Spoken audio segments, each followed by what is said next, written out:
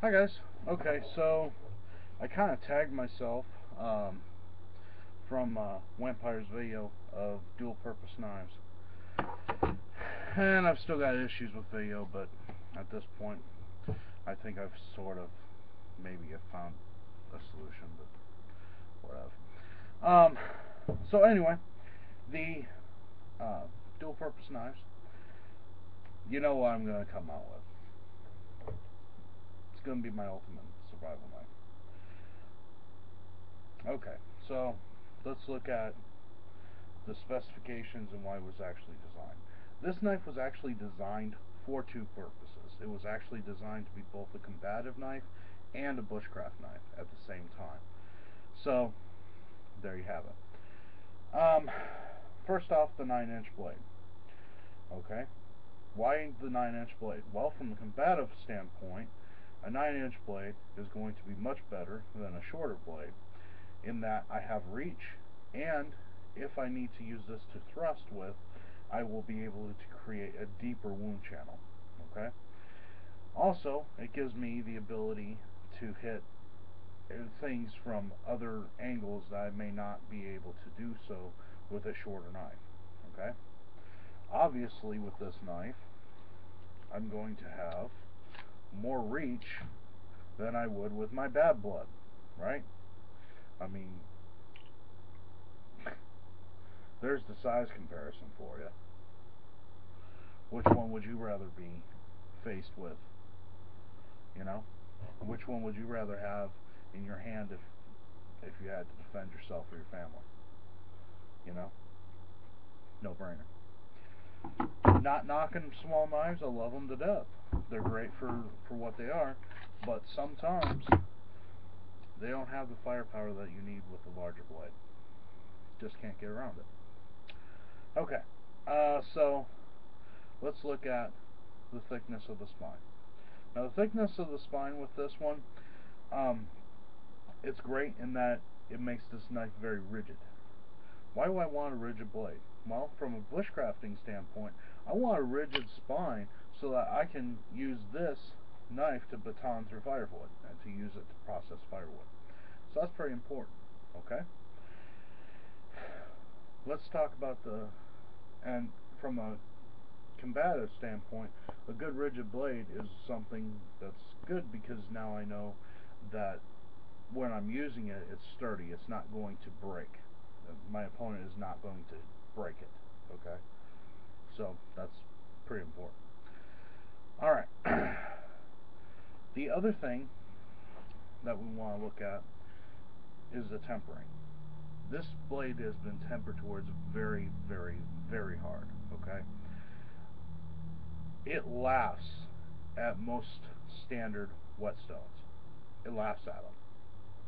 You can grind on this forever with a whetstone, and eventually, my cat just opened the closet. Anyway, you can literally use this on a whetstone, or you can use a whetstone on this, and it'll take you about an hour and a half to sharpen it. I am not kidding you. It's that hard. It's about, I'd say, low to mid 60s in the Rockwell range. It's almost fire hard. It's that hard. The reason why we want something like that is this edge will not chip very much, unless you come up against something that's harder than it. The edge isn't going to chip. So even if I meet another blade edge to edge, most likely my edge is not going to chip, whereas theirs will. Okay, my blade's going to be more likely to bite into theirs. That's one thing. The other thing that we want to look at too is because it's as hard as it is, this edge is not going to wear very, very quickly. Okay, this edge is going to stay there for a while, and it's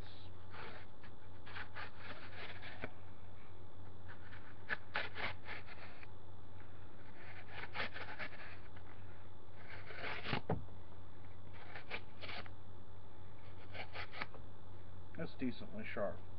Now understand, I'm just using corrugated cardboard here, so and just as a small test, and the edge is just fine.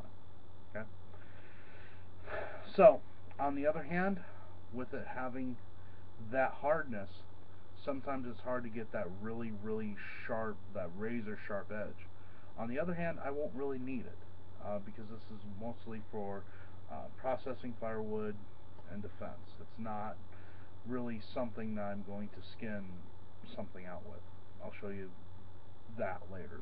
There's another blade that I want to show for dual purpose that it wasn't designed to be a dual purpose knife, but it's kind of amazing how how well it would work for another purpose. Anyway, on the back end, you're going to see this pommel. Two reasons for this pommel.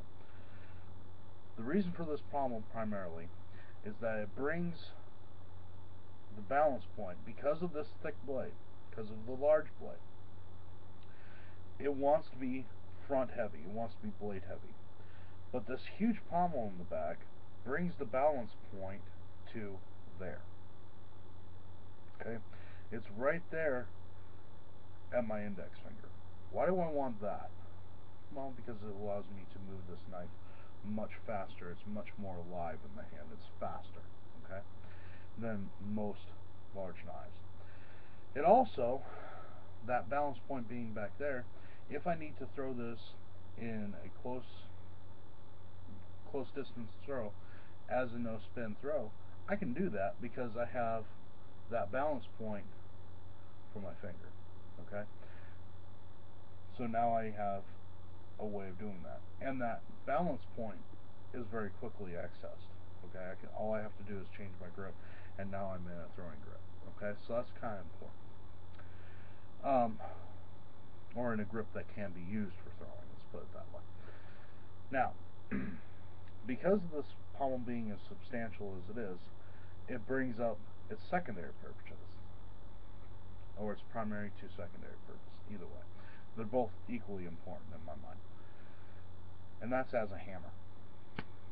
Okay, let's say I've lost my axe. Let's say I've lost all hammering tools, but I need a hammer to pound whatever in. Maybe it's a tent stake, maybe it's a nail, whatever. Now I have this with a pommel. It's not something that could be used as a hammer. No, no, no, no. It was actually designed to be used this way. I've even got this thumb shelf to rest my thumb on. Okay,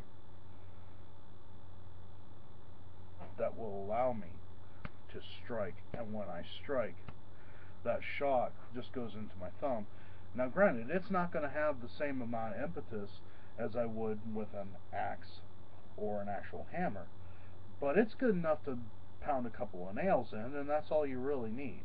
Okay, at this point, if I'm reduced to having to use this as a hammer, things have gotten so bad that I need that it just doesn't matter. I have to have something like that, and this will work for the short term. Inside the scales, you'll see an insert that's between the spine, or between the tang, and the wood. Now what's that? That's compressed leather. The reason why it's compressed leather, and the reason why it's there, is so it has the ability to withstand the shock from hammering. Okay? I have 3 steel pins in here. Why steel? If I'm going to go for something that's very robust, I'd much rather have steel rather than brass. So that's why these are not brass pins, they are steel. Okay? So, and this knife was hand forged by Bushcraft My Way. Guy did a great job with it, as you can see. So, that's why this is both a bushcraft and a combative knife. Now, on the sheath, I've got, I don't know, maybe 75 feet of bank line. I've got a pouch that holds extra things. I've got a lighter, I've got charred lamp wick, I've got a cloth sail needle, I've got a few other things, magnesium bar, ferro rod, sharpening um, tool to use with this, but that's just something that it works. Okay, now the next knife, real quick. Snagit 2.0. Everybody says, well, but that's a defensive blade. Yeah, it is. And it's great to be used as a defensive blade. You can hold it this way, and it's hard to be disarmed. I'm a fan of holding it this way because it gives me a knuckle duster and a wicked point to rip with. Also, I've got this blade back here if I need it. But it does have a dual purpose, and I don't think, I'm pretty sure that most people haven't thought of it yet. And it's this. If I'm in a wilderness reliant situation, or if I need to hunt for food, or if I need to hunt